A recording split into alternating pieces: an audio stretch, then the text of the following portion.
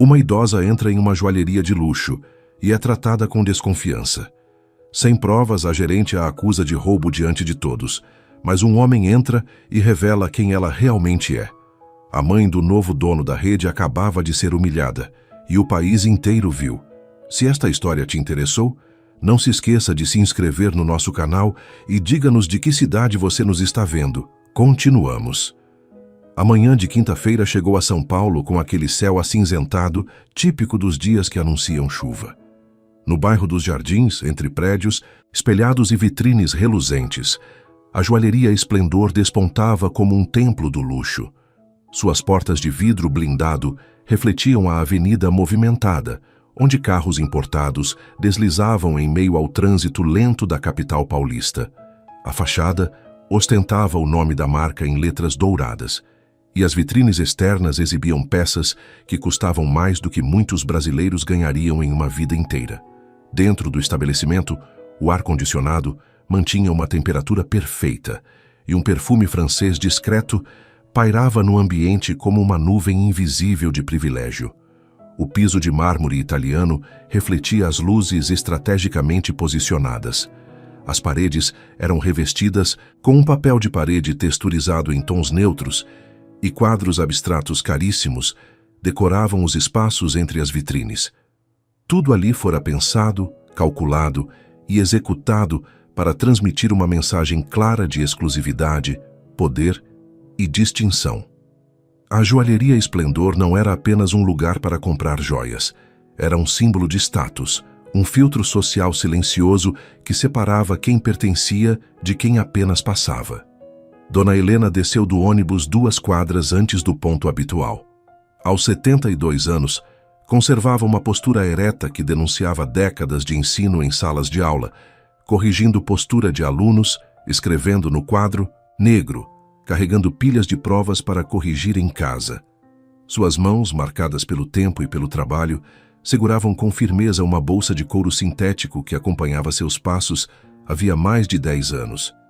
Era uma bolsa simples, daquelas encontradas em feiras populares, com o couro já desbotado nas alças e pequenos arranhões na lateral que contavam histórias de uso diário. O vestido floral discreto, comprado em uma lojinha do Brás durante uma tarde de sábado, estava limpo e bem passado. Mas era impossível não notar o desgaste natural do tecido nas costuras e a cor levemente desbotada que denunciava inúmeras lavagens. Os sapatos baixos, confortáveis e práticos completavam a imagem de uma mulher simples, daquelas que a vida ensinou a valorizar o essencial e a desconfiar do supérfluo. Ela caminhou pela calçada observando as vitrines com curiosidade respeitosa. Não era comum frequentar aquela região da cidade. A distância entre seu mundo e aquele bairro não era medida apenas em quilômetros, mas em abismos sociais que poucos ousavam cruzar. Sua rotina se dividia entre o apartamento alugado na Zona Leste, onde morava havia décadas, as visitas às antigas alunas que agora eram juízas, promotoras e advogadas bem-sucedidas, e os encontros semanais na igreja do bairro, onde ainda ajudava no grupo de alfabetização de adultos. Mas naquela manhã, algo a trouxera até ali, algo que ela mesma não revelaria tão cedo, um propósito guardado no fundo do peito como um segredo precioso. Parou em frente à joalheria Esplendor, observou seu reflexo no vidro espelhado da fachada e respirou fundo, enchendo os pulmões de coragem. Não havia nervosismo em seus olhos castanhos, apenas uma serenidade que vinha de quem já viveu o suficiente para não se deixar abalar por aparências enganosas ou julgamentos precipitados. A porta abriu automaticamente quando ela se aproximou. O sensor identificou sua presença, mas não sua importância. Dona Helena entrou com passos tranquilos, seu olhar percorrendo as vitrines iluminadas, onde colares de diamantes, anéis de esmeraldas e pulseiras de ouro branco descansavam sobre almofadas de veludo. Havia poucos clientes naquele horário. Uma mulher elegante, de óculos escuros, Chanel e bolsa Hermès, examinava um conjunto de brincos, acompanhada por uma vendedora de sorriso impecável. Um homem de terno risca de giz conversava ao celular enquanto aguardava ser atendido. E havia Larissa Monteiro, comandava aquela filial da Esplendor havia 3 anos. Subira de cargo rapidamente, não exatamente por competência técnica ou habilidade com clientes, mas por saber bajular quem era preciso nos momentos certos e desdenhar quem considerava irrelevante para sua trajetória ascendente.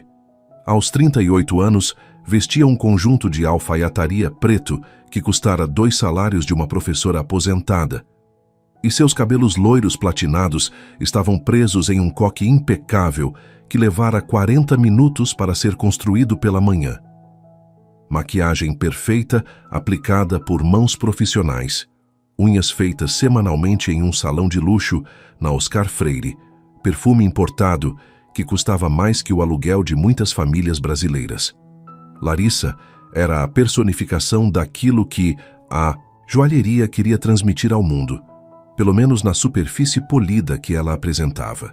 Por dentro, guardava uma coleção de preconceitos herdados de uma criação elitista, preconceitos que raramente eram confrontados naquele ambiente protegido onde trabalhava.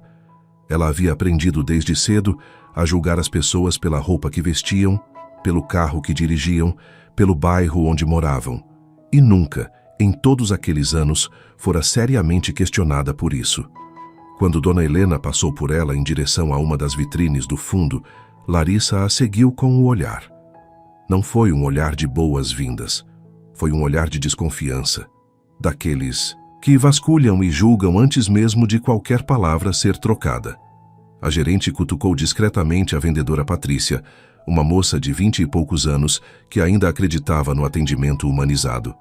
Patrícia, entenda uma coisa, murmurou Larissa em tom baixo, mas firme. A gente não pode deixar qualquer pessoa circular aqui dentro sem supervisão. Você já sabe o perfil dos nossos clientes. Se vir alguém deslocado, fique de olho. Mas ela não fez nada, respondeu Patrícia, incomodada. Ainda não fez, retrucou Larissa, ajeitando o colar de pérolas que usava. Mas prevenção é sempre melhor que prejuízo. Fica esperta. Dona Helena, alheia à conversa, parou diante de uma vitrine específica. Ali, sobre um suporte giratório, repousava um colar de safiras cercadas por pequenos diamantes. A peça era delicada, mas imponente. Ela inclinou levemente a cabeça, observando os reflexos da luz sobre as pedras. Não tocou no vidro. Não chamou ninguém. Apenas observou, como quem aprecia uma obra de arte em um museu. «Posso ajudar?» perguntou Patrícia, aproximando-se com gentileza. Dona Helena virou-se e sorriu. «Estou só olhando, querida, obrigada». A vendedora assentiu e se afastou, mas Larissa permaneceu próxima, fingindo organizar papéis no balcão principal, enquanto mantinha a idosa, no campo de visão. Minutos se passaram. Dona Helena continuou observando diferentes peças, sempre com a mesma postura serena. Em nenhum momento demonstrou intenção de tocar em algo ou pedir para ver alguma joia de perto. Apenas olhava. Foi então que o segurança Marcelo, um homem de 40 e poucos anos e porte avantajado, se aproximou de Larissa. Ele trabalhava ali havia 6 meses e já conhecia o padrão de comportamento da gerente. Sabia que ela costumava pedir para ele observar melhor certos clientes.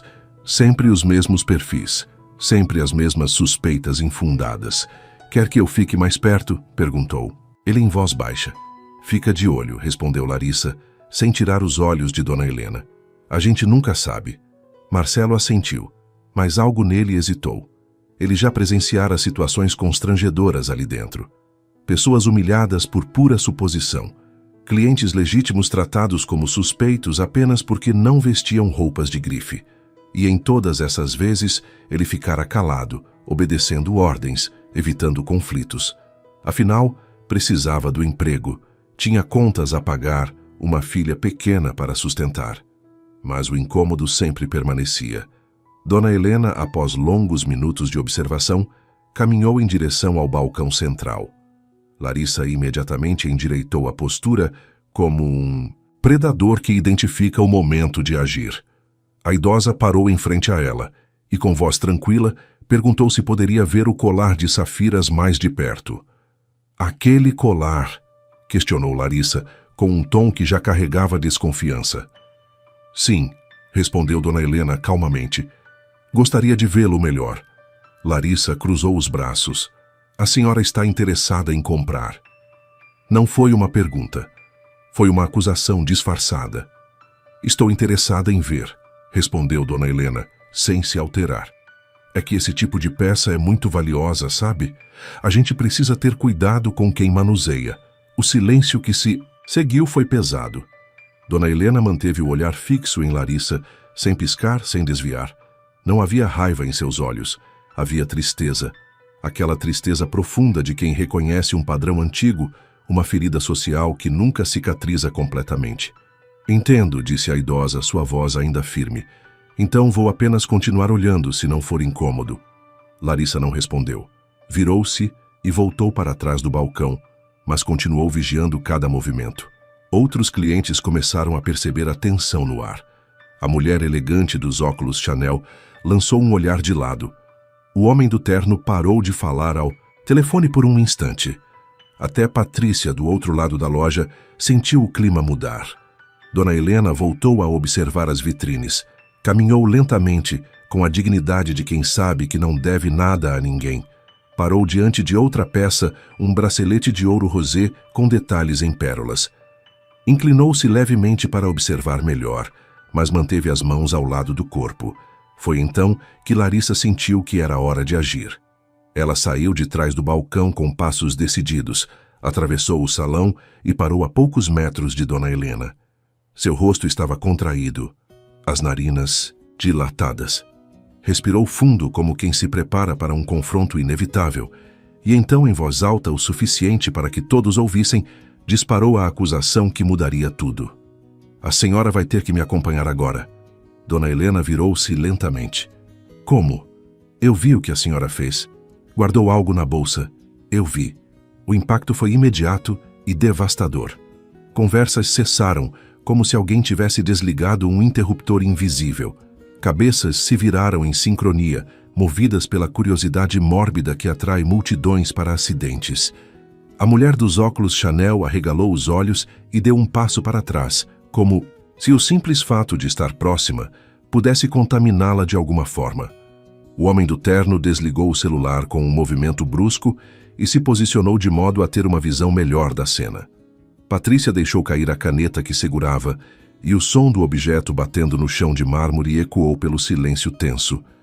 Marcelo, o segurança, deu um passo à frente, mas parou no meio do caminho, indeciso entre seguir o protocolo e seguir a consciência.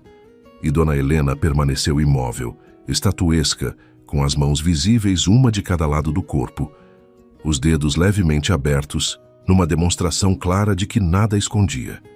Acho que houve um engano, disse ela, com voz ainda controlada, mas havia uma tristeza profunda naquelas palavras, a tristeza de quem já conhecia aquele tipo de humilhação e esperava nunca mais ter que enfrentá-la. Não houve engano nenhum, rebateu Larissa, agora falando ainda mais alto. Eu trabalho aqui há anos. Eu sei reconhecer quando alguém tenta levar algo que não é seu. Mostra a bolsa. Dona Helena respirou fundo. Seus ombros subiram e desceram em um movimento lento, quase compassado. Ela olhou ao redor, viu os celulares sendo discretamente erguidos. Viu os olhares de julgamento, viu a humilhação pública sendo construída tijolo por tijolo. E mesmo assim manteve a calma. Eu não peguei nada, disse ela firme. Então não vai se importar de mostrar a bolsa, insistiu Larissa, dando mais um passo à frente. Não tenho nada a esconder, respondeu Dona Helena, mas gostaria de entender por que estou sendo acusada sem qualquer prova. A prova sou eu, gritou Larissa, perdendo de vez a compostura. Eu vi. E gente como a senhora sempre tenta se aproveitar de lugares como esse. Acham que podem entrar aqui, fingir interesse e sair com algo, escondido. Mas comigo não funciona. O preconceito agora era explícito. Não havia mais disfarce, não havia mais sutileza. A discriminação jorrava da boca de Larissa como veneno acumulado por anos. Dona Helena fechou os olhos por um instante e, quando os abriu novamente, havia neles uma tristeza ainda mais profunda. Gente como eu, repetiu ela, quase em sussurro. E como sou eu, na sua opinião? Larissa hesitou. Percebeu que talvez tivesse ido longe demais. mas o orgulho e a arrogância não permitiram que recuasse. Olhe ao redor, senhora, olhe para os nossos clientes e depois olhe para a senhora mesma. Acha que não é óbvio? Um silêncio sepulcral tomou conta da joalheria. Até o som do ar-condicionado parecia ter sido sugado do ambiente. Patrícia levou a mão à boca, horrorizada. Marcelo baixou a cabeça, envergonhado de fazer parte daquilo. E os clientes presentes, testemunhas involuntárias de uma injustiça em pleno século XXI, permaneceram paralisados. Dona Helena abriu lentamente sua bolsa gasta, retirou um lenço, uma carteira pequena, um estojo de óculos, as chaves de casa. Colocou tudo sobre o balcão com movimentos calmos e deliberados. Não havia pressa, não havia desespero, apenas a dignidade inabalável de quem já sobreviveu a tempestades muito piores. Pode revistar, disse ela. Faça o que achar necessário. Larissa pegou a bolsa e revirou cada compartimento. Seus dedos vasculharam bolsos internos, zíperes laterais, forros. Nada, absolutamente nada, além dos pertences pessoais que já estavam sobre o balcão. A expressão de certeza em seu rosto começou a vacilar. Mas, ao invés de pedir desculpas, ao invés de reconhecer o erro, ela insistiu. Talvez tenha escondido em outro lugar. Marcelo, chame a polícia. O segurança hesitou. Larissa, acho que... Chame agora, ordenou ela, recuperando a autoridade na voz. Marcelo retirou o rádio do cinto e fez a chamada. Enquanto isso, do lado de fora da joalheria, uma das clientes que presenciava a cena já havia postado um vídeo nas redes sociais. O título era direto demais para ser ignorado. A humilhação estava sendo transmitida em tempo real para milhares de pessoas. Compartilhamentos se multiplicavam. Comentários indignados cresciam a cada segundo, mas dentro da esplendor, ninguém ainda sabia da bomba que estava prestes a explodir. Dona Helena permaneceu em pé, serena, com as mãos agora cruzadas à frente do corpo. Olhou para Larissa com uma expressão que mesclava tristeza e compaixão. Depois, olhou para Marcelo, que evitava seu olhar, e finalmente varreu os olhos pelo salão, encontrando os rostos dos que assistiam, calados, à injustiça. Está tudo bem, disse ela, em voz baixa. Podem chamar quem precisarem. A verdade sempre aparece, mais cedo ou mais tarde. Aquelas palavras ditas com tamanha convicção deveriam ter servido de alerta. Mas Larissa, cega pela arrogância e pelo preconceito, não conseguiu enxergar. Apenas cruzou os braços, satisfeita consigo mesma, esperando a chegada da polícia como quem espera uma vitória garantida. E enquanto os minutos passavam, uma transformação silenciosa começava a acontecer. Lá fora, nas redes sociais, a imagem da joalheria, esplendor desmoronava. Dentro, uma idosa de aparência simples permanecia de pé, sozinha contra todos, protegida apenas pela força invisível da dignidade, e em algum lugar da cidade, um homem assistia a tudo por uma tela, com os punhos cerrados e o coração partido. A tempestade estava apenas começando. Os minutos que se seguiram pareciam arrastar-se como horas. Dona Helena permanecia de pé, serena, enquanto Larissa caminhava de um lado para o outro com o celular na mão, fingindo verificar mensagens, mas, na verdade, apenas tentando disfarçar o nervosismo crescente que começava a rachar sua fachada de autoridade. A verdade é que algo naquela situação não estava saindo como planejado. A idosa não se desesperava, não implorava, não chorava, apenas esperava, e aquela calma desconcertante começava a incomodar. Patrícia, a vendedora jovem, se aproximou discretamente de Marcelo. Você acha mesmo que ela pegou alguma coisa? Sussurrou olhando de soslaio para Dona Helena. O segurança balançou a cabeça levemente. Não vi nada, Patrícia. Estava de olho o tempo todo. Ela nem tocou nas vitrines. Então por que a Larissa está fazendo isso? Marcelo suspirou fundo, o peso da cumplicidade silenciosa esmagando seu peito. Você conhece a Larissa. Ela sempre faz isso, com quem não se encaixa no padrão dela. Mas isso é errado, Marcelo, muito errado. Eu sei. Mas quem vai confrontar a gerente? Você. Eu. A gente precisa do emprego, Patrícia. A moça mordeu o lábio inferior, sentindo a impotência queimar na garganta como bile. Ela sabia que Marcelo tinha razão. Já havia presenciado outras situações semelhantes. Pessoas humilhadas, constrangidas, expulsas da loja sem motivo real, além de não vestirem a roupa certa ou não dirigirem o carro certo. E em todas essas vezes, ela também ficara calada protegendo o salário que mal cobria suas despesas. Mas dessa vez, algo era diferente. Talvez fosse a dignidade silenciosa da idosa. Talvez fosse a crueldade explícita de Larissa. Ou talvez fosse apenas o acúmulo de injustiças que, quando atinge um certo ponto, não pode mais ser ignorado. Do lado de fora da joalheria, a movimentação nas redes sociais já havia se transformado em um tornado digital. O vídeo postado pela cliente de óculos escuros, que filmara os primeiros momentos da acusação, já ultrapassava 50.000 visualizações em menos de 15 minutos. Compartilhamentos se multiplicavam exponencialmente. Perfis de influenciadores digitais começavam a repostar com comentários indignados. Hashtags como Esplendor Preconceito e Justiça para Dona Maria começavam a subir nos trending topics brasileiros. Comentários se acumulavam aos milhares. Isso é inadmissível. Que vergonha dessa joalheria. Minha avó passou por isso uma vez. Até hoje ela não esqueceu a humilhação. Preconceito nojento. Espero que essa gerente perca o emprego. Alguém sabe quem é a velhinha. Vamos ajudar ela. O Brasil precisa acabar com esse tipo de discriminação. Nos escritórios corporativos da Esplendor, na Avenida Paulista, os telefones começavam a tocar sem parar. Assessores de imprensa corriam de sala em sala, tentando entender o que acontecia. A diretora de comunicação, Valéria Fonseca, abriu o notebook e sentiu o estômago revirar ao ver os números. 500 mil de visualizações. 1 milhão. 1,5 milhão. A velocidade era assustadora. Alguém me explica agora o que está acontecendo na filial dos Jardins, gritou ela para sua equipe. Uma estagiária com o rosto pálido estendeu o celular mostrando o vídeo. A senhora Valéria precisa ver isso. Valéria assistiu aos primeiros 30 segundos e fechou os olhos, respirando fundo. 22 anos de carreira. Dezenas de crises gerenciadas, escândalos contornados, processos evitados, imagens restauradas. Mas aquilo era diferente.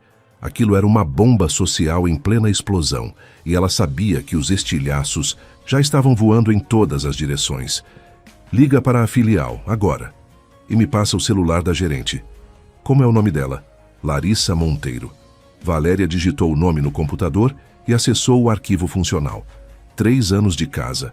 Nenhuma reclamação formal. Bom desempenho em vendas. Mas havia anotações discretas sobre tratamento diferenciado a clientes. Nada oficialmente documentado. Tudo nas entrelinhas. Enquanto isso, de volta à joalheria, a viatura da polícia estacionou em frente à entrada. 2 policiais militares desceram. Um homem de aproximadamente 40 anos chamado Carlos e uma mulher mais jovem, de nome Fernanda. Haviam recebido chamado de flagrante de furto. Rotina. Mais um entre dezenas de ocorrências diárias. Boa tarde, cumprimentou o policial Carlos ao entrar na joalheria. Recebemos uma chamada sobre um furto. Larissa se adiantou imediatamente, assumindo o controle da narrativa, antes que qualquer outra versão pudesse ser apresentada. Oficial, agradeço por terem vindo tão rápido. Essa senhora, ela apontou para Dona Helena com um gesto teatral, foi flagrada furtando uma joia de alto valor desta loja. Eu vi claramente quando ela guardou algo na bolsa. A policial Fernanda olhou para Dona Helena, que permanecia em silêncio, e algo em sua expressão a fez hesitar. Havia trabalhado tempo suficiente nas ruas de São Paulo para desenvolver um instinto sobre as pessoas. E aquela idosa não tinha o comportamento de alguém que acabara de cometer um crime. A senhora, chamou Fernanda com voz profissional, mas respeitosa, poderia nos dizer o que aconteceu. Dona Helena respirou fundo antes de falar. Sua voz saiu firme, sem tremores, carregando décadas de experiência em se fazer ouvir em salas de aula barulhentas. Entrei nesta joalheria como uma cliente comum. Observei algumas peças nas vitrines. Não toquei em nada. Não peguei nada. E fui acusada publicamente, sem qualquer evidência, de ter furtado uma joia que nem sequer sei qual seria. Ela está mentindo, interrompeu Larissa com veemência. Eu vi. Tenho certeza absoluta. O policial Carlos cruzou os braços. Então vamos esclarecer isso de forma simples.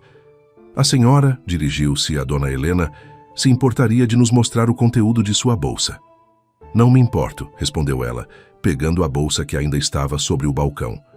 Já fiz isso uma vez para a gerente, mas farei novamente para os senhores. Com movimentos calmos e deliberados, dona Helena abriu a bolsa e começou a retirar seus pertences. Um lenço de tecido florido, gasto nas pontas. Uma carteira de couro sintético marrom com o fecho meio solto, um estojo de óculos azul marinho, as chaves de casa presas em um chaveiro simples com um anjinho de plástico, uma embalagem de balas de hortelã, um pequeno caderninho de anotações com capa floral. E, por último, um estojo de veludo vermelho, levemente empoeirado. O silêncio que se seguiu foi absoluto. Larissa arregalou os olhos, uma mistura de surpresa e validação passando por seu rosto. Os policiais se entreolharam. Patrícia levou a mão à boca. Marcelo fechou os olhos, antecipando o desfecho que parecia inevitável. E dona Helena serena colocou o estojo sobre o balcão de mármore. É isso aí, gritou Larissa, triunfante. Eu disse que ela tinha pego. Está vendo? Eu tinha razão. A policial Fernanda pegou o estojo com cuidado, abriu a tampa e revelou o conteúdo.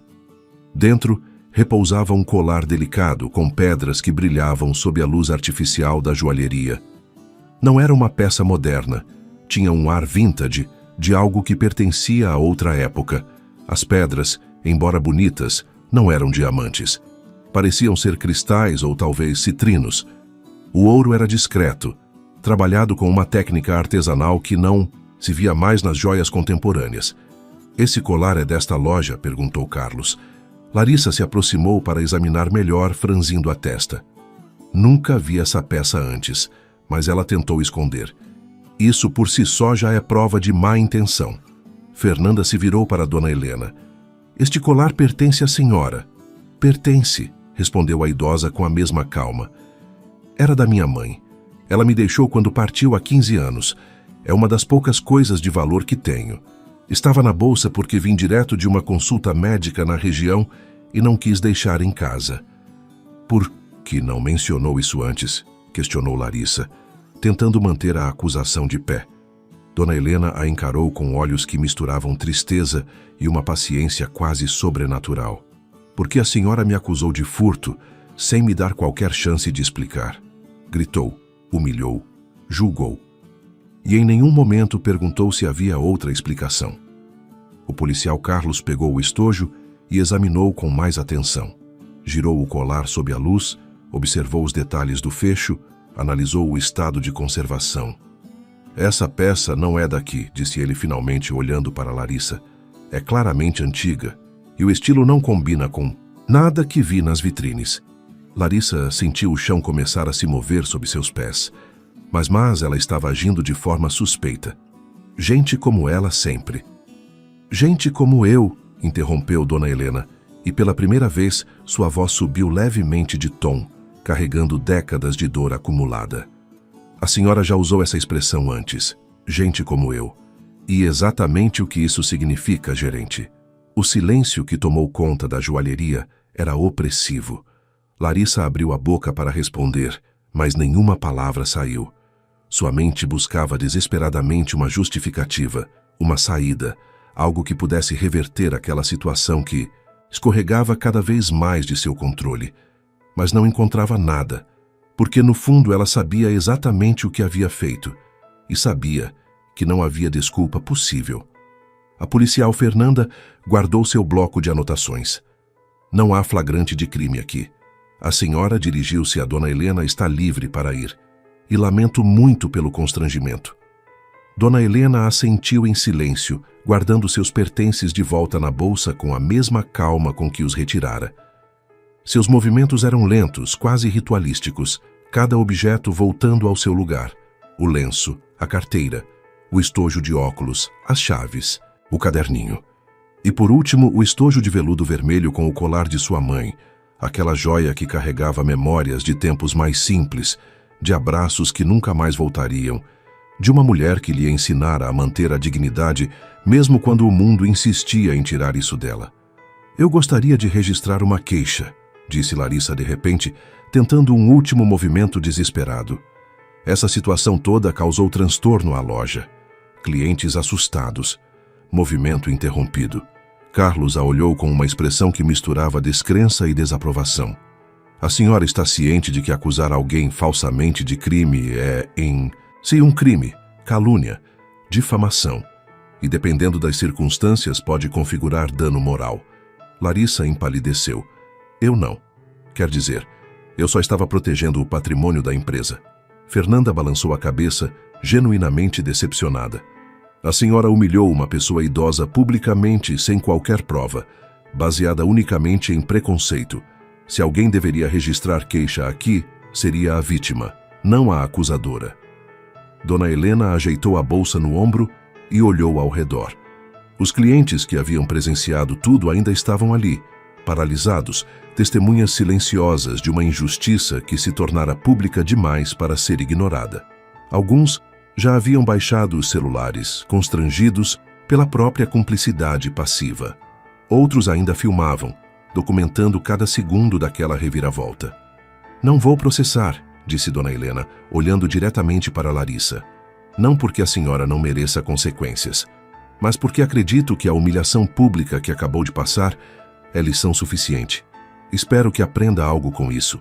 Espero que, da próxima vez que olhar para uma pessoa e julgá-la pela aparência, lembre-se deste dia e escolha diferente. Com essas palavras, Dona Helena caminhou em direção à porta. Seus passos ecoavam pelo silêncio da joalheria, medidos e dignos. Marcelo, o segurança, que havia permanecido em silêncio durante toda a cena, deu um passo à frente e abriu a porta para ela. Seus olhos se encontraram por um breve instante, e naquele momento passou uma comunicação silenciosa. Ele sabia que havia falhado. Sabia que sua omissão o tornara cúmplice. E sabia que precisava viver com isso. Sinto muito, sussurrou ele enquanto ela passava. Dona Helena parou, virou-se levemente e colocou a mão no braço dele. Um toque gentil, quase maternal.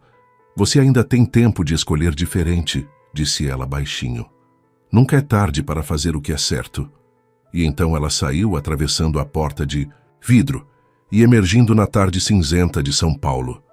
A chuva que o céu prometera desde a manhã finalmente começava a cair, fina e persistente.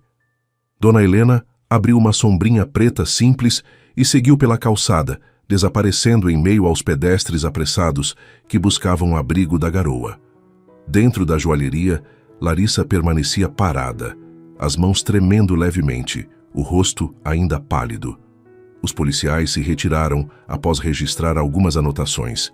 Os clientes, sem saber bem o que fazer, também começaram a sair discretamente. Patrícia olhou para a gerente com uma mistura de pena e desprezo, e então voltou ao seu posto, sem dizer uma palavra. E Marcelo retornou à sua posição junto à entrada, mas algo nele havia mudado.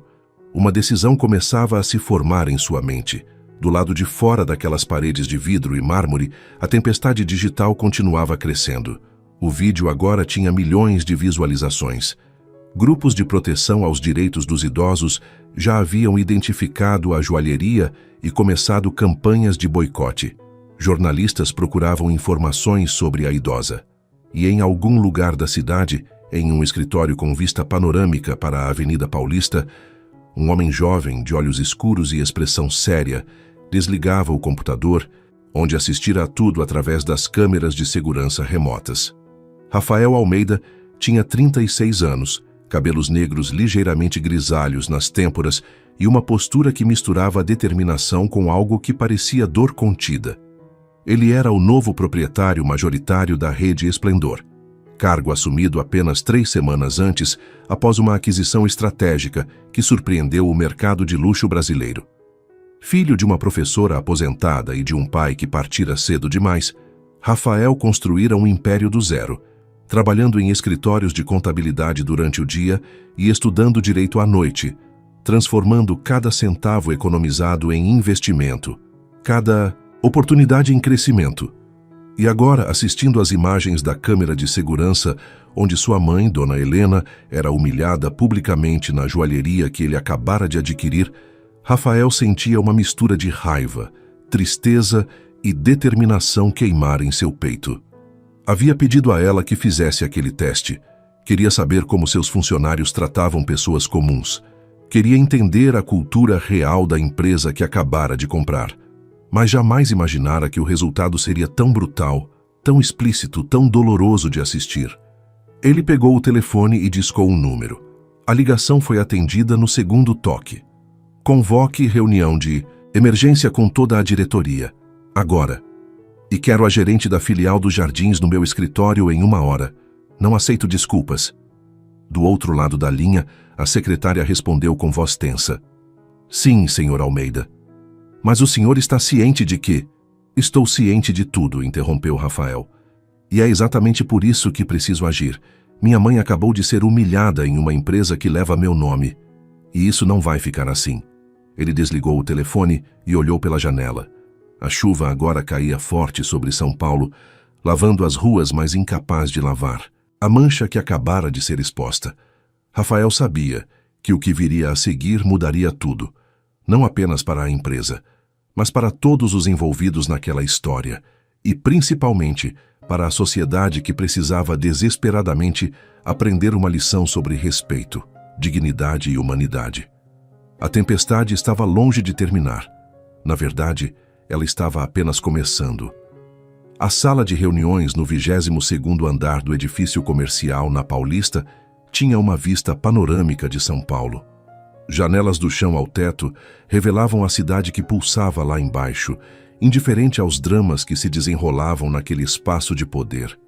A mesa de vidro comportava 12 cadeiras de couro preto, e sobre ela descansavam garrafas de água mineral e blocos de anotações que ninguém tocaria. As luzes de LED embutidas no teto criavam uma atmosfera asséptica, quase cirúrgica. Era ali que decisões importantes eram tomadas, contratos assinados, destinos definidos.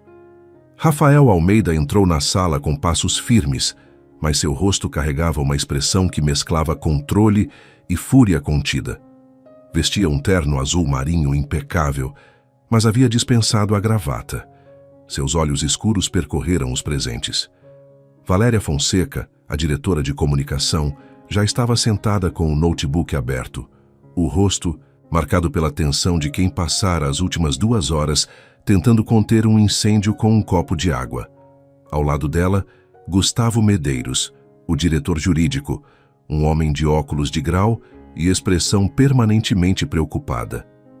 Do outro lado da mesa, a diretora de recursos humanos, Andréia Campos, folheava nervosamente alguns documentos impressos, e no canto mais distante, visivelmente deslocada naquele ambiente corporativo, estava Larissa Monteiro.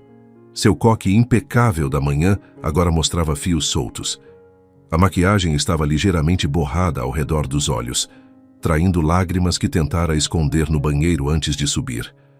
As mãos tremiam levemente sobre o colo, e ela evitava olhar diretamente para qualquer pessoa na sala. Rafael não se sentou imediatamente. Permaneceu de pé, as mãos apoiadas no encosto da cadeira à cabeceira da mesa, e deixou o silêncio se estender por longos segundos. Era uma técnica que aprendera em negociações difíceis. O silêncio incomodava mais que palavras. Obrigava as pessoas a confrontarem seus próprios pensamentos, suas próprias culpas. Alguém pode me explicar, começou ele finalmente, sua voz baixa, mas carregada de uma autoridade que não precisava de volume, como uma empresa que acabei de adquirir por 120 milhões de reais, está, neste exato momento, se transformando no símbolo nacional de preconceito e discriminação. Valéria limpou a garganta. Senhor Almeida, a situação escalou muito rapidamente. O vídeo viralizou em menos de 1 hora. Já ultrapassamos 5 milhões de visualizações. Temos hashtags de boicote em primeiro lugar nos Trending Topics. Grupos de defesa dos direitos humanos já emitiram notas de repúdio.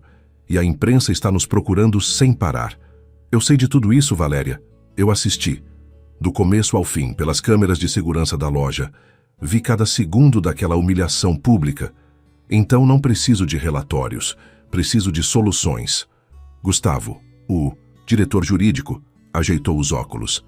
Do ponto de vista legal, senhor, podemos argumentar que foi um erro isolado de julgamento de uma funcionária. Podemos nos distanciar da atitude individual e reforçar que isso não representa os valores da empresa. Rafael o olhou com uma expressão que beirava o desprezo. Um erro isolado. É assim que vamos chamar.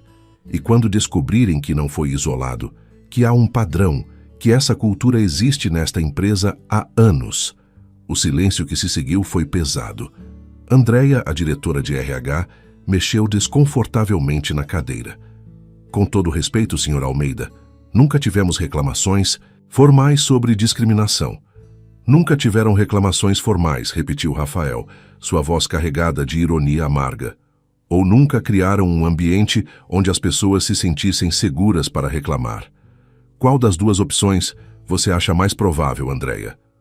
A mulher baixou os olhos sem resposta.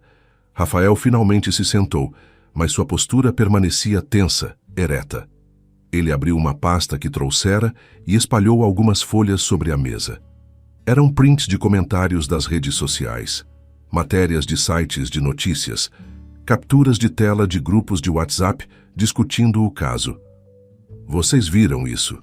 Perguntou ele, apontando para os documentos. Não são apenas pessoas indignadas com o que aconteceu hoje. São ex-funcionários contando histórias semelhantes. São clientes relatando situações parecidas que presenciaram. São relatos de anos de uma cultura podre que ninguém quis enxergar. Larissa, que até então permanecera em silêncio, finalmente ousou falar.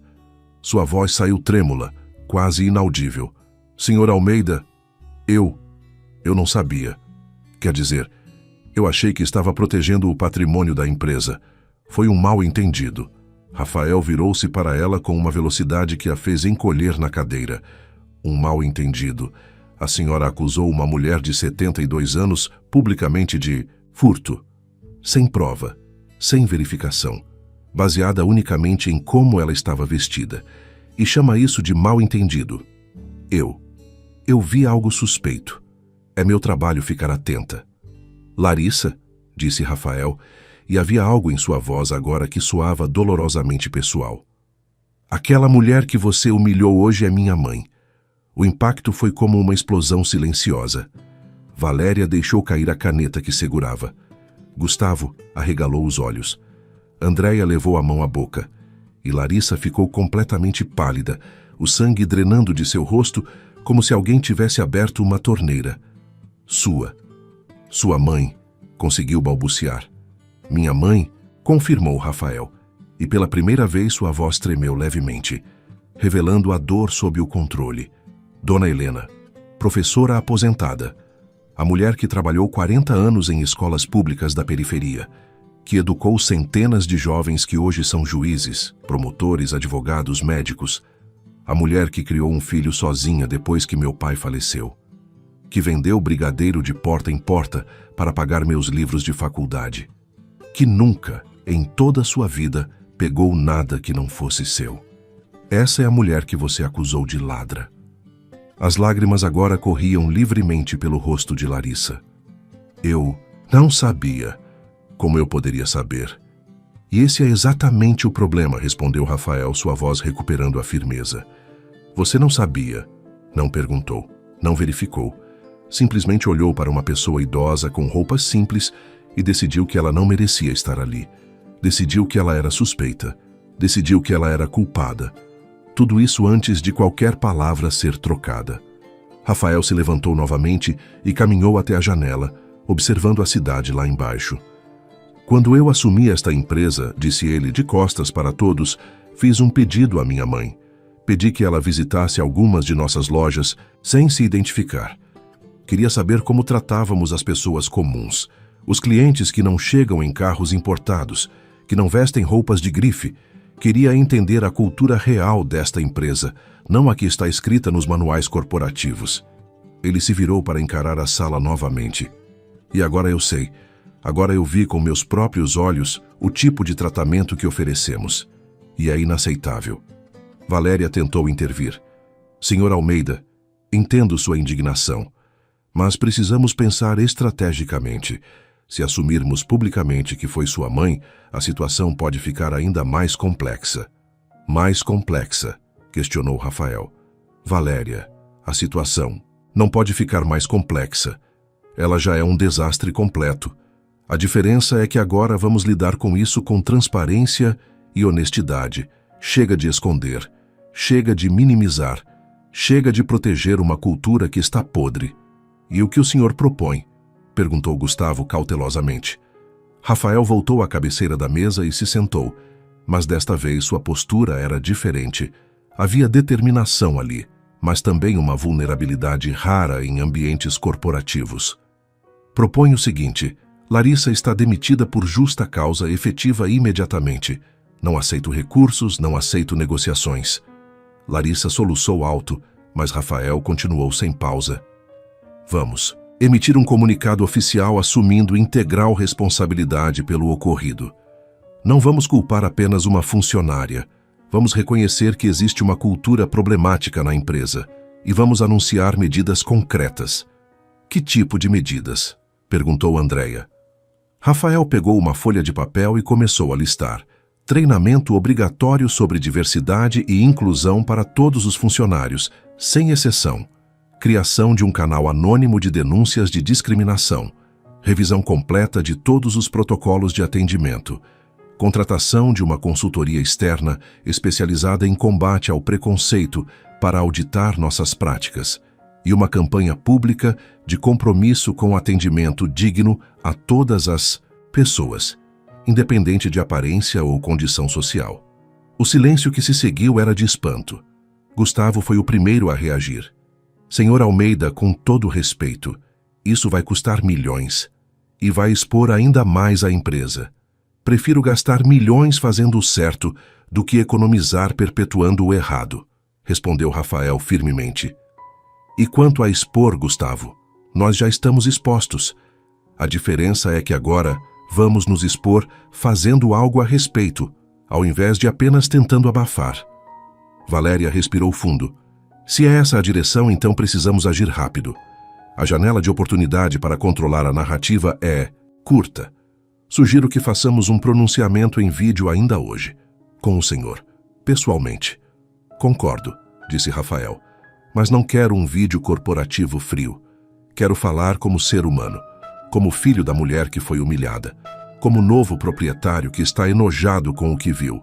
Sem roteiro pronto, sem juridiquês, só a verdade. Andréia levantou uma questão.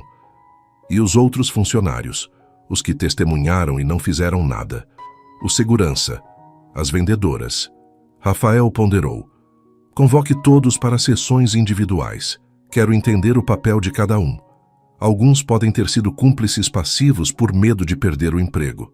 Outros podem ter tentado fazer algo e foram ignorados. Precisamos separar quem foi conivente por escolha de quem foi silenciado por coerção. Larissa, que chorava baixinho, finalmente conseguiu formar uma frase completa. Eu sinto muito. De verdade. Eu não percebi. Eu fui criada acreditando, quer dizer. Eu sempre achei que estava apenas sendo profissional. Rafael a olhou por um longo momento. Havia raiva ali, mas também algo que poderia ser confundido com pena. Larissa, você foi criada em um ambiente que normalizou o preconceito, assim como milhões de brasileiros. Mas ser adulta significa questionar o que nos ensinaram, significa escolher ser melhor, e você escolheu perpetuar. Ele fez uma pausa. Você está demitida, mas vou lhe dar um conselho.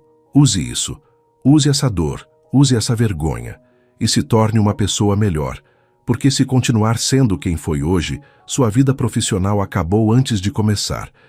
Ninguém vai querer contratar a gerente do vídeo da discriminação. Larissa se levantou cambaleando, as pernas mal a sustentando. Deixou a sala em silêncio e o som da porta se fechando ecoou como um ponto final. Os que permaneceram ficaram em silêncio por alguns instantes.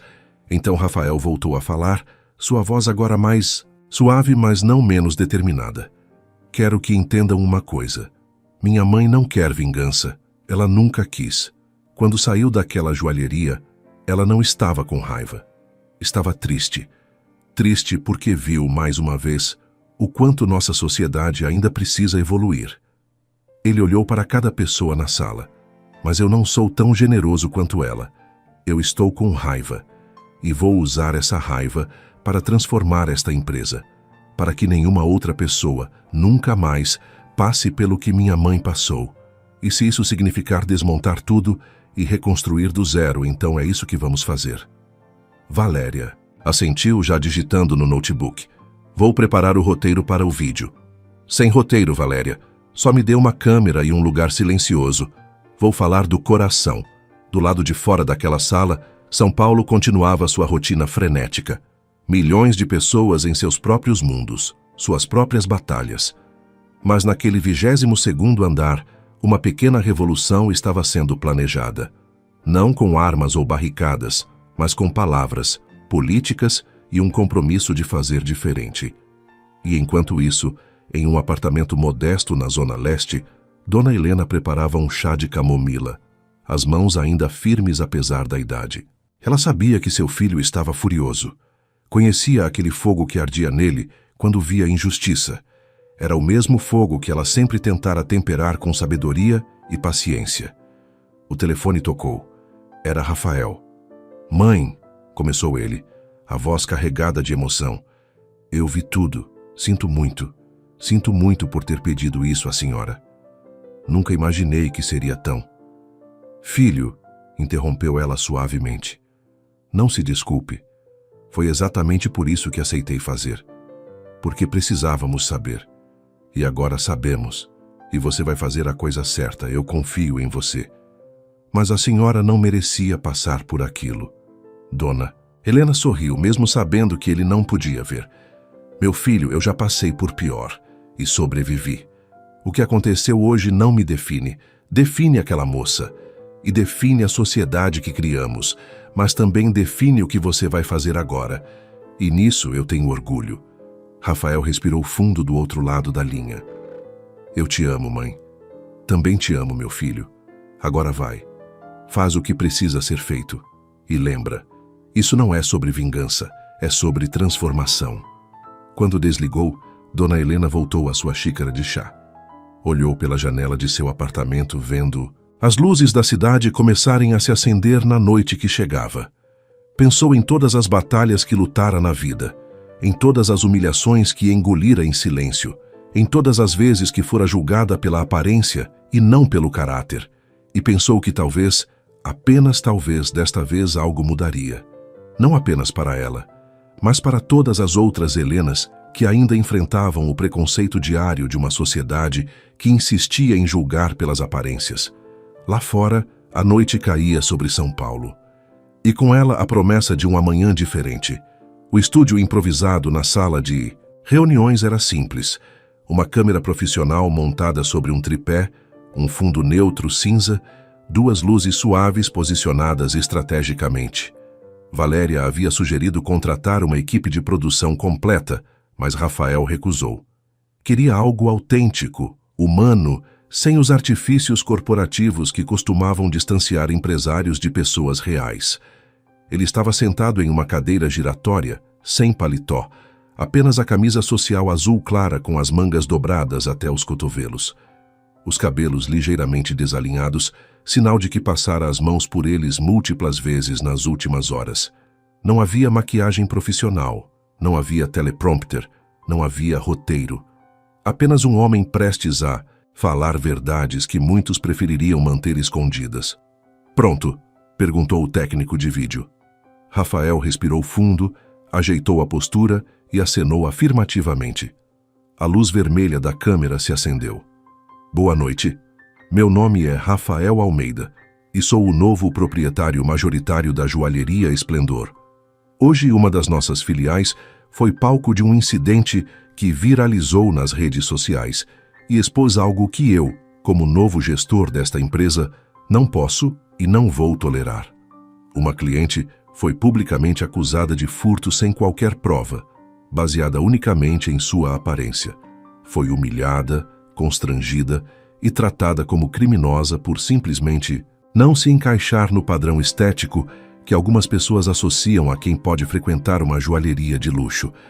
Ele fez uma pausa e sua voz tremeu ligeiramente quando continuou. Essa cliente era minha mãe, Dona Helena, uma professora aposentada de 72 anos que dedicou 40 anos da vida dela à educação pública.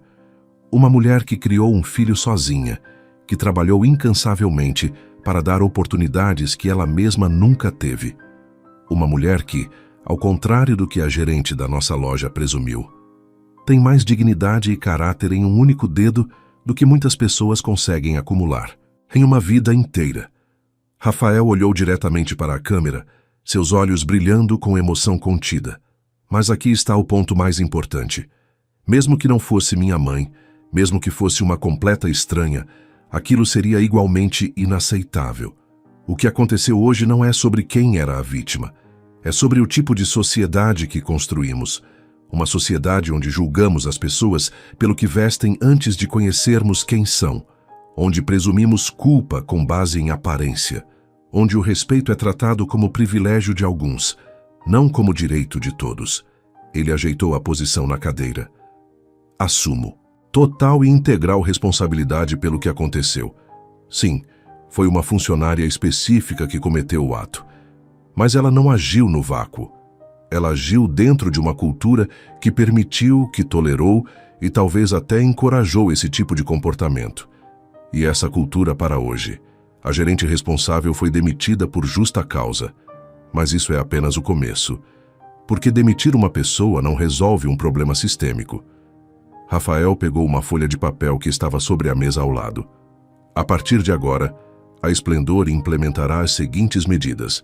Primeiro, treinamento obrigatório sobre diversidade, inclusão e combate ao preconceito para 100% dos nossos funcionários. Não será opcional. Será requisito para a permanência na empresa. Segundo, criação de um canal independente de denúncias de discriminação, gerido por uma organização externa de direitos humanos. Terceiro, revisão completa de todos os protocolos de atendimento com consultoria especializada. Quarto, campanha pública de compromisso com atendimento digno e respeitoso a todas as pessoas, independente de classe social, raça, idade, gênero ou qualquer outro marcador de identidade. Ele colocou o papel de lado. Sei que muitos vão dizer que isso é apenas marketing, que é uma resposta à pressão pública. E sabem de uma coisa.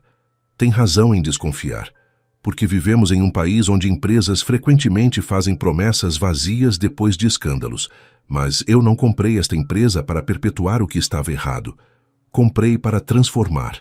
E estarei pessoalmente envolvido em cada etapa dessa transformação. Vou visitar lojas sem aviso prévio. Vou conversar com funcionários. Vou ouvir clientes. E vou responsabilizar qualquer pessoa, em qualquer nível hierárquico, que desrespeitar outro ser humano. Rafael olhou para baixo por um momento, reunindo forças para a parte mais difícil. Minha mãe me ligou há pouco. Sabe o que ela disse? Disse que não quer vingança. Disse que não quer processar. Disse que espera apenas que algo de bom saia disso. Que outras pessoas não precisem passar pelo que ela passou. Essa é a mulher que foi chamada de ladra hoje. Uma mulher que, mesmo humilhada, ainda pensa no coletivo antes de si mesma. E se ela consegue ter essa generosidade, eu posso no mínimo ter a coragem de fazer o que é certo. Ele engoliu em seco. Então este é meu compromisso público. Para minha mãe, para todos que já foram julgados injustamente e para o Brasil que queremos construir. A Esplendor não será mais uma empresa que discrimina. Será uma empresa que respeita. E se isso custar clientes que acham que respeito deveria ter classe social, então que percamos esses clientes, porque alguns valores não são negociáveis. Rafael ficou em silêncio por alguns segundos, deixando as palavras ressoarem. Obrigado por assistirem. E obrigado, mãe, por me ensinar que dignidade não se veste, se carrega por dentro. A luz vermelha se apagou. Rafael soltou o ar que parecia estar prendendo há minutos. Valéria, que assistira de fora do enquadramento, tinha lágrimas nos olhos. Foi perfeito, disse ela, a voz embargada. Foi honesto, corrigiu Rafael. Agora vamos ver se as pessoas acreditam. O vídeo foi ao ar às 22 horas daquela quinta-feira.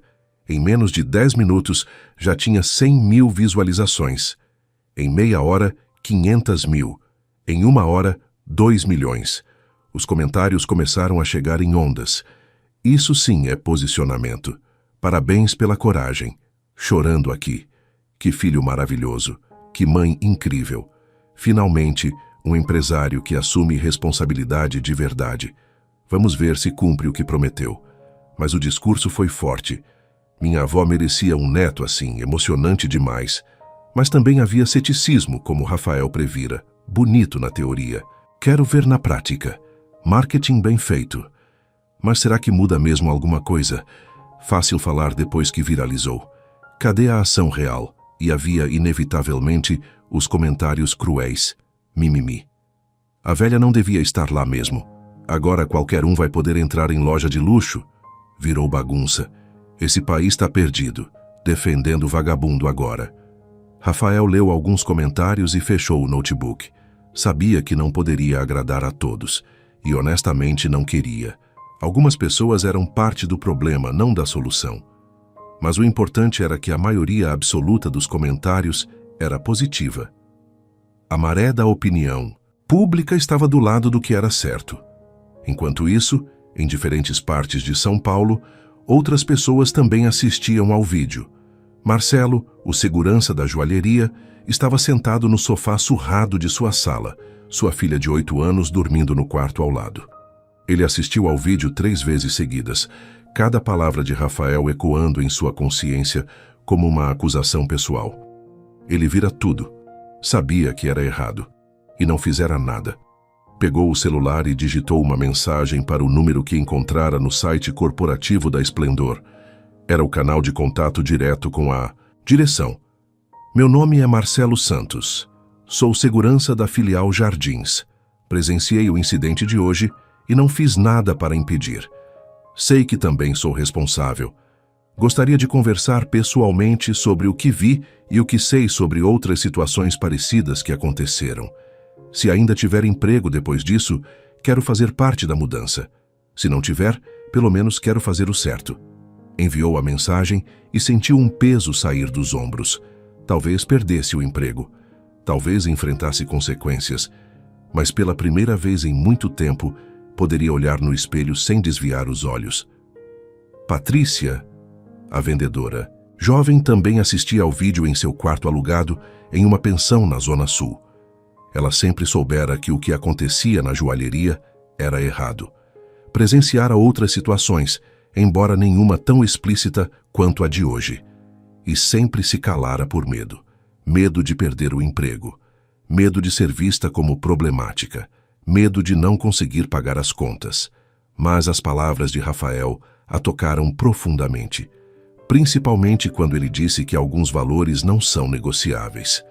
Ela pegou um papel e começou a escrever tudo o que se lembrava.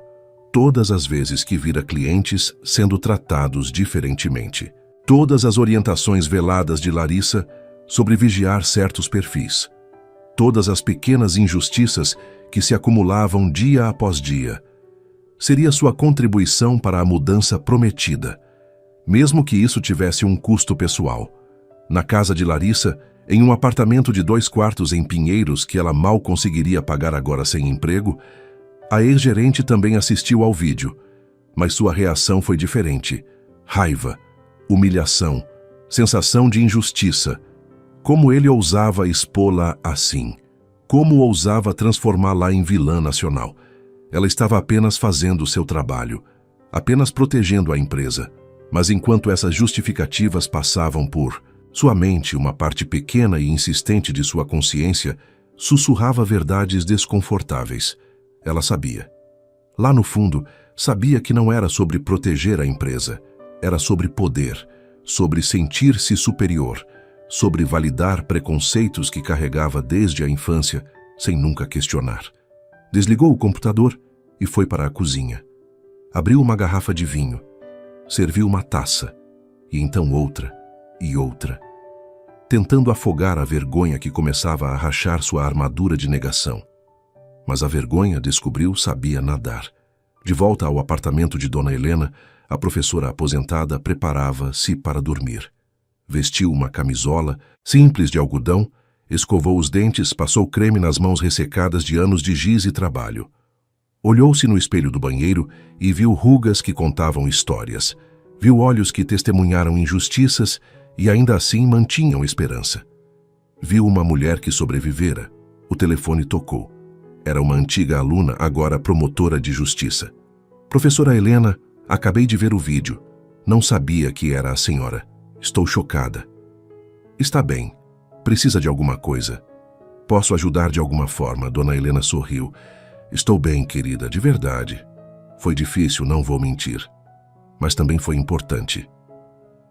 Às vezes a gente precisa passar por situações difíceis para expor o que precisa ser mudado. A senhora sempre foi tão forte, professora. Eu me lembro das aulas. A senhora ensinava muito mais que português. Ensinava dignidade. Tentava ensinar, querida. Tentava. E sabe qual é a melhor parte? Vocês aprenderam. Olha onde você está hoje. Defensora da justiça. Isso me enche de orgulho. Quando desligou, Dona Helena se deitou e olhou para o teto. Pensou em todas as batalhas que lutara, nas salas de aula superlotadas, nos alunos que chegavam com fome, nas reuniões onde sua voz era ignorada por ser mulher, por ser de origem humilde, por não ter os diplomas certos das universidades certas. Pensou em seu falecido marido, que partira cedo demais, deixando a responsabilidade de criar Rafael sozinha sobre seus ombros. Pensou nas noites em que chorou escondida, sem saber se conseguiria pagar as contas, nos dias em que vendeu brigadeiros e bolos para complementar o salário miserável de professora.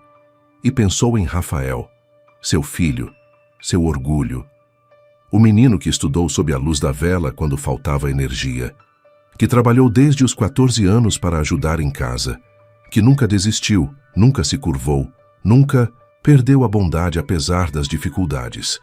Uma lágrima escorreu por seu rosto, não de tristeza, de gratificação.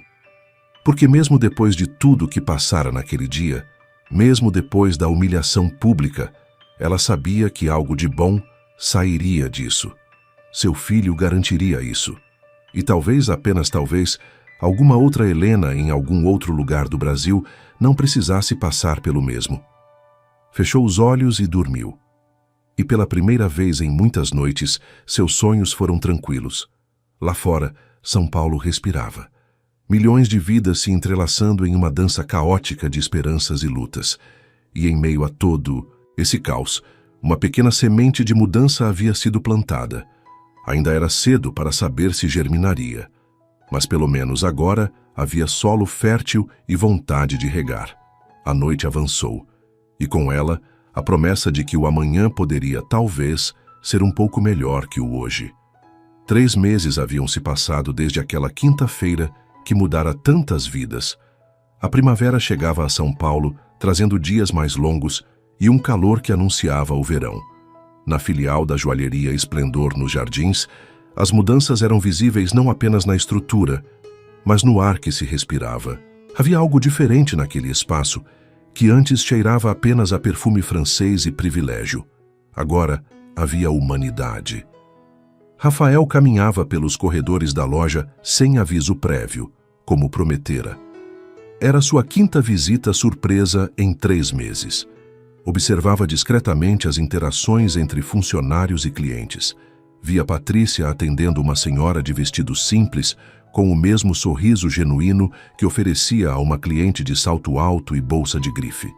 Via o novo gerente, um homem de 50 anos chamado Roberto, que viera de uma filial menor do interior, cumprimentar a todos com respeito, independente de quanto tempo permanecessem na loja. Marcelo continuava como segurança.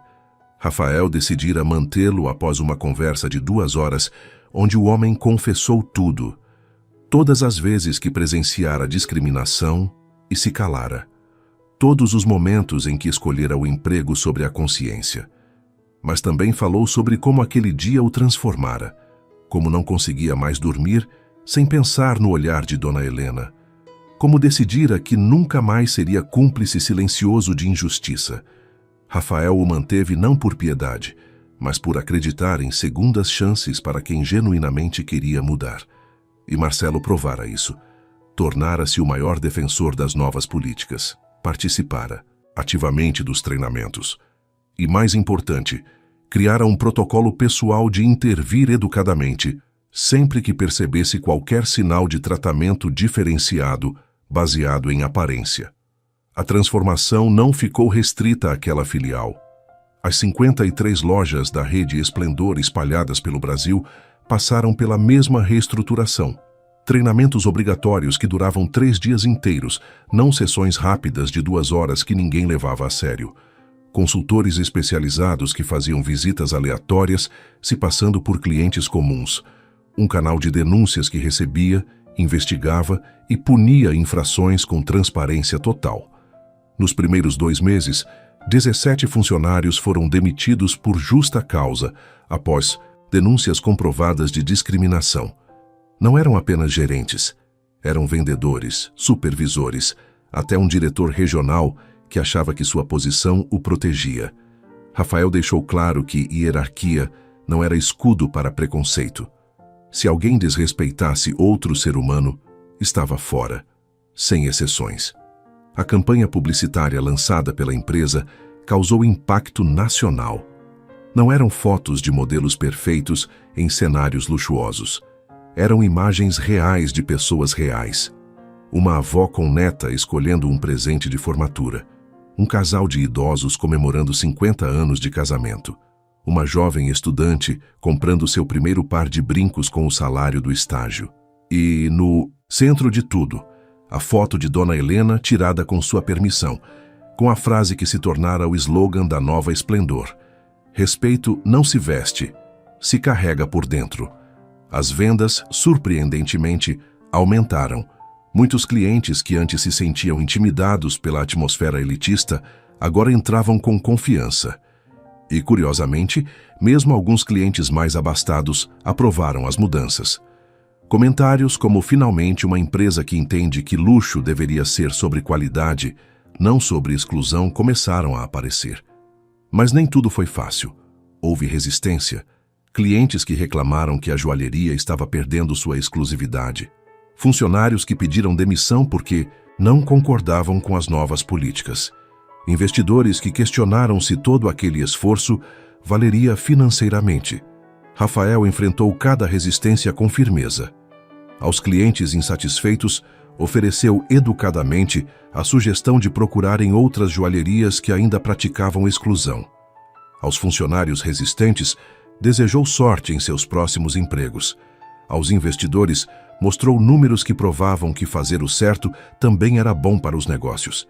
E quando os números não eram suficientes, lembrava que alguns valores eram inegociáveis. A história ganhou proporções que ninguém previra. Dona Helena foi convidada para dar palestras em universidades, empresas e eventos de educação. Inicialmente relutante, ela aceitou após Rafael insistir que sua voz era importante. Nas palestras, não falava apenas sobre aquele dia na joalheria. Falava sobre uma vida inteira enfrentando o preconceito. Sobre ser mulher em uma época onde mulheres tinham menos direitos. Sobre ser professora em um país que desvalorizava a educação. Sobre criar um filho sozinha enquanto a sociedade julgava mãe solo. E falava sobre dignidade. Sobre como dignidade não era algo que outros poderiam tirar, apenas algo que a gente escolhia manter.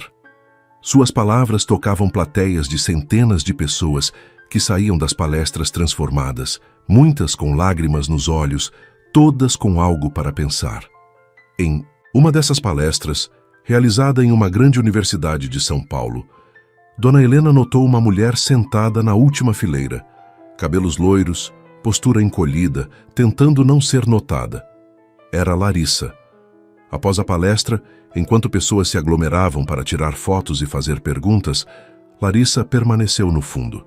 Quando a multidão finalmente se dispersou, ela se aproximou hesitante. Professora Helena, começou, a voz trêmula. Eu não sei se a senhora lembra de mim.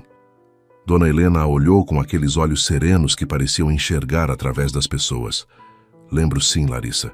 Como está?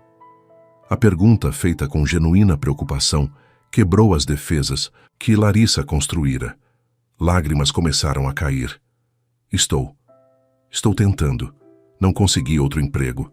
Ninguém quer contratar a mulher do vídeo. Meu nome virou sinônimo de preconceito no Google. Perdi amigos. Minha família mal fala comigo. Eu estraguei minha vida. Dona Helena sinalizou para que se sentassem nos degraus do auditório vazio. Você estragou a vida que tinha, disse ela calmamente. Mas isso não significa que não possa construir uma nova. Larissa enxugou as lágrimas. Como? Como eu volto disso? Como eu convenço as pessoas de que mudei? Você não convence, respondeu Dona Helena. Você mostra. Mudança real, não. Acontece com palavras.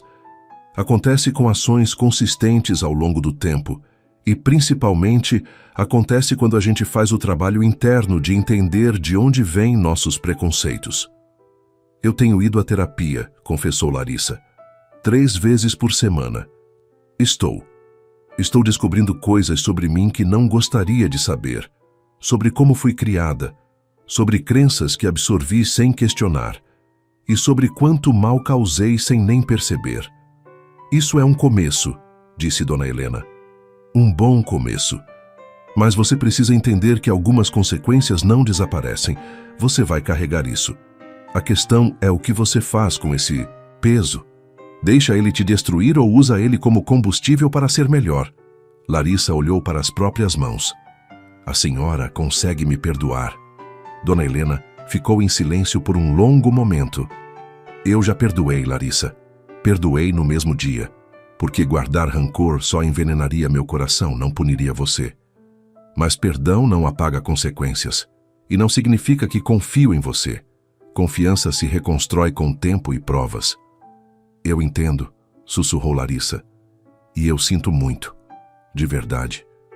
Eu olho para aquele dia e não reconheço a pessoa que eu era, ou talvez eu reconheça, e isso seja ainda pior.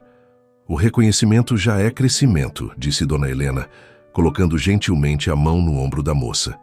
Muita gente passa a vida inteira sem nunca admitir que estava errada. Você admitiu. Agora, faz o próximo passo. E o próximo. E continua fazendo até que a pessoa que você quer ser sobrescreva a pessoa que você foi.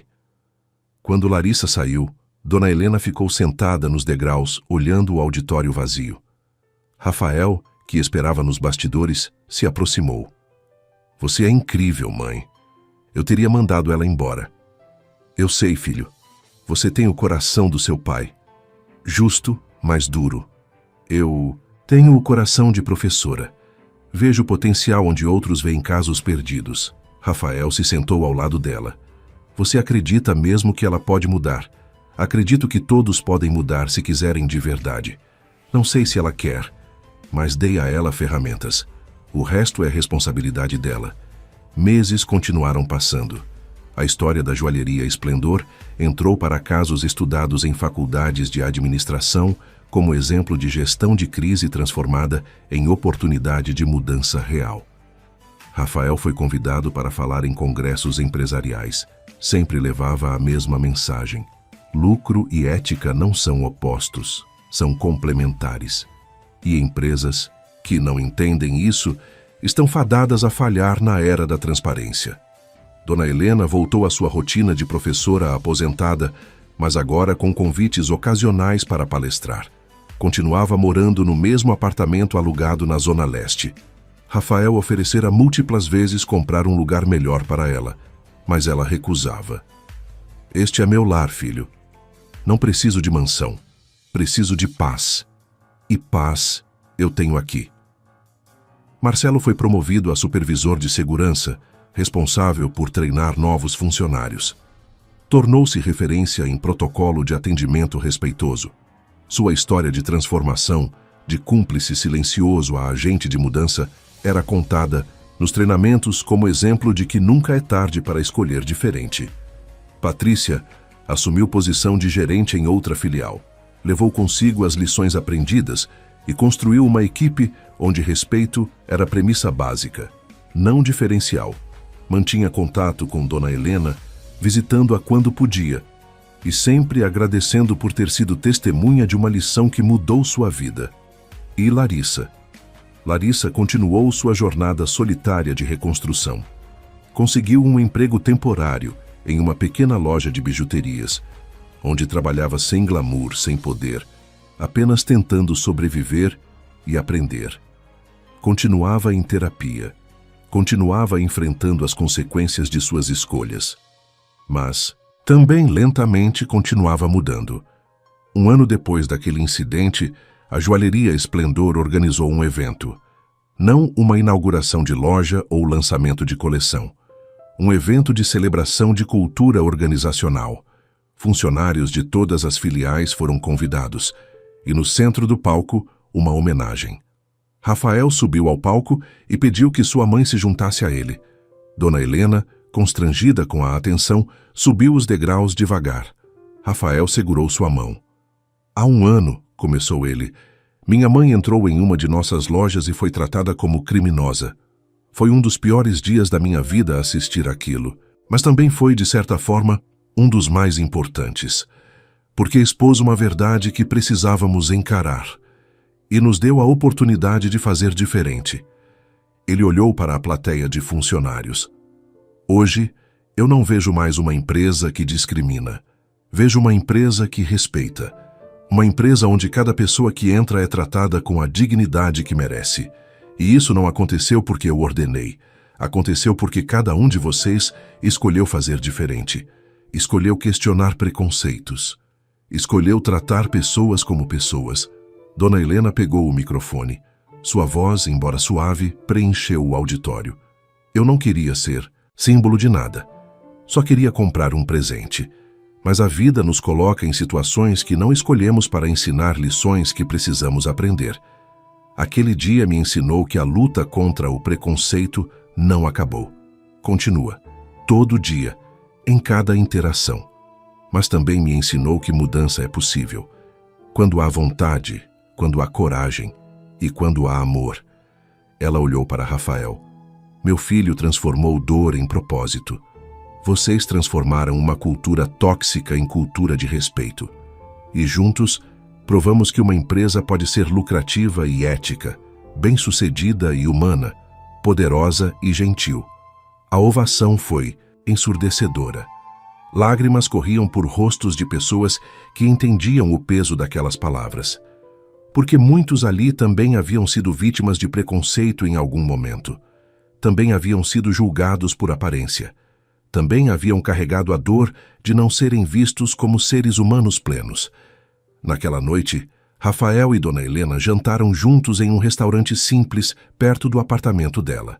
Nada sofisticado, apenas comida boa e conversa melhor. Você está feliz, mãe? Perguntou Rafael. Estou em paz, filho. Que é melhor que felicidade. Felicidade vai e vem, paz fica. Eu fico pensando no que teria acontecido se eu não tivesse comprado aquela empresa, se você não tivesse aceito fazer aquele teste. Dona Helena sorriu. A vida não funciona com se, funciona com o que é. E o que é agora é que algo mudou, não só na sua empresa, mas nas pessoas que viram essa história, nas conversas que ela gerou, nas reflexões que provocou. Você acha que o Brasil vai mudar? Perguntou Rafael. De verdade. Dona Helena olhou pela janela do restaurante, vendo São Paulo pulsar lá fora. O Brasil muda todo dia, filho. Às vezes para melhor, às vezes para pior. Mas histórias como a nossa plantam sementes. E sementes germinam. Talvez não vejamos a floresta completa, mas alguém verá. E isso já vale a pena. Meses viraram anos. A história da joalheria Esplendor eventualmente saiu dos trending topics. Outras notícias tomaram seu lugar. Outros escândalos. Outras indignações. Mas o impacto permaneceu. Em leis empresariais que começaram a exigir políticas antidiscriminação.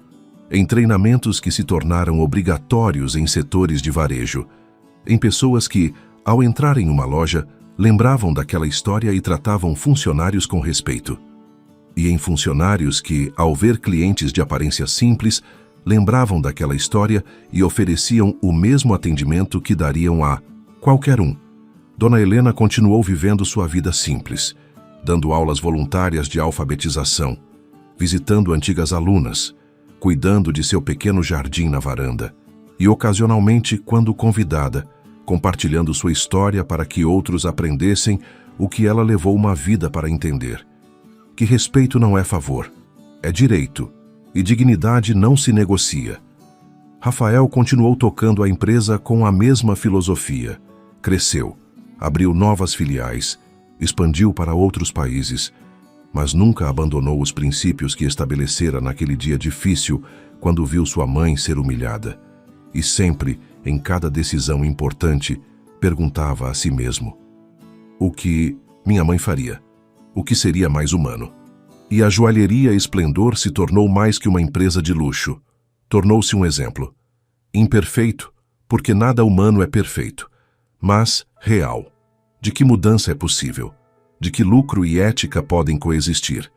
De que tratar pessoas com dignidade não é fraqueza, é força. A verdadeira joia, todos eventualmente entenderam, nunca esteve nas vitrines. Estava no respeito mútuo, na humanidade compartilhada, na escolha diária de ver o outro como igual, independente de roupas, sotaque, idade ou conta bancária. E essa joia, ao contrário de ouro e diamantes, só aumentava de valor quanto mais era compartilhada. Fim da história. Queridos ouvintes, esperamos que a história de Dona Helena e Rafael tenha tocado profundamente o seu coração. Se você se emocionou com essa jornada de dignidade, transformação e respeito, deixe seu like, inscreva-se no canal e conte nos comentários qual momento mais marcou você. Foi a coragem de Dona Helena diante da humilhação, a determinação de Rafael em fazer o certo, ou talvez a possibilidade de redenção que todos carregamos. Todos os dias trazemos histórias intensas como essa, que revelam o lado mais profundo da alma humana, que nos fazem refletir sobre quem somos e quem queremos ser. Porque no final, somos todos parte da mesma humanidade, todos merecedores do mesmo respeito. Te esperamos no próximo episódio, com mais uma história que vai fazer você sentir, pensar e talvez mudar um pouquinho a forma como vê o mundo.